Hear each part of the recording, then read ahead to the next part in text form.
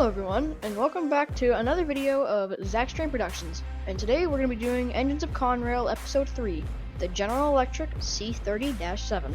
I hope you enjoy.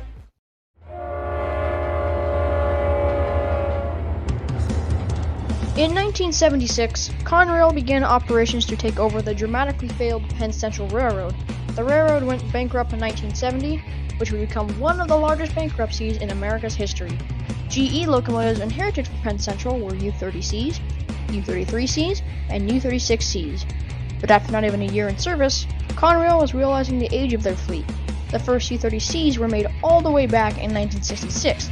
So with that, Conrail turned to EMD, GE, and Fairbanks Morse to design a new 6-axle, 16-cylinder, 3,000-plus horsepower locomotive that would be a worthy replacement. While EMD was busy making the iconic and popular F40PH and ST40-2 locomotives, GE employees were working on a new locomotive to meet the railroad's demands. The C30-7 was the result. The C30-7 was an extremely popular model with American railroads, with 1,137 units being produced between 1976 and 1986, with Santa Fe getting 157, Burlington Northern getting 252, Conrail getting 10, Norfolk and Western getting 80, Seaboard Coastline getting 51, and Union Pacific getting 140 units, and Louisville and Nashville receiving 44 prior to the Family Line/Seaboard System merger in 1982.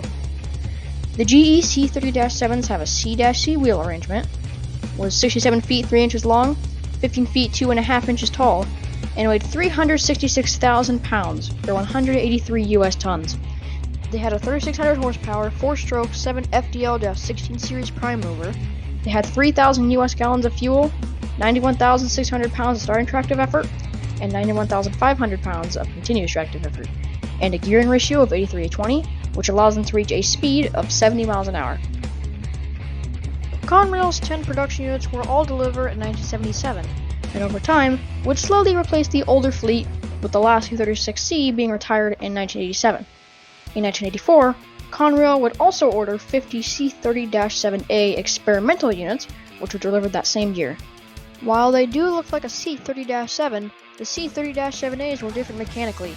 They were reduced to 3,000 horsepower, had 12 cylinders instead of 16, and used less fuel than their C30-7 counterparts.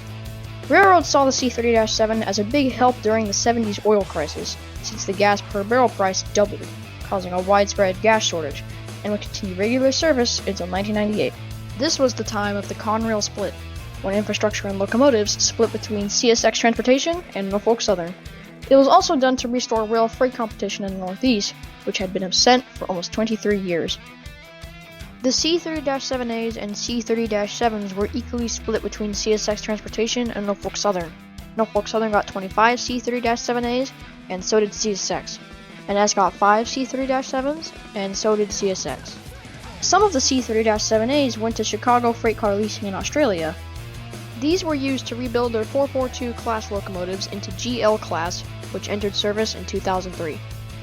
Fun fact about CSX's C30-7s is that they removed the Conrail cab light and put it on the nose, looking like this.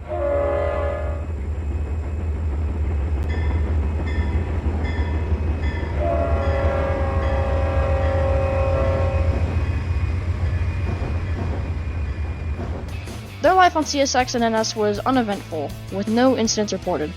CSX used their units for long-haul freight trains in places like the Appalachian region. Their horsepower made them fantastic units for steeper grades. NS used their units for pretty much the same task. Service on CSX and NS, however, was very short-lived. CSX retired theirs sometime around in 2005, and NS retired theirs after only a few years in service, most likely around 2003. Burlington Northern Santa Fe, or BNSF, was the last railroad to run the C30-7, with all being retired by 2009, which finally marked the end of the line for GE's C30-7. So what's left of the C30-7? Well, CSX saved one from scrap and restored it into the Family Line System paint scheme for the Kentucky Steam Heritage Corporation. And you can still find some roaming around on short lines, and even some were sold to Brazil for operation on their railroads. You can also try looking for C30s on storage tracks, National Railway equipment yards, and scrap yards. So the legacy of the C30-7 lives on. Hey guys, thank you so much for watching Engines of Conrail Episode 3. I hope you enjoyed it as much as I did making it. And it does seem to appear that the episodes are getting shorter and shorter as each one comes out, so yeah, hopefully Episode 4 won't be as short, but I do have an announcement. I am doing a community tab vote for Episode 4. The options are the iconic C40-8W or the SD60. Get your votes in now because the vote will end on 29th of September, 3 o'clock Central Daylight Time, and any further votes will not count. But anyways, till next time.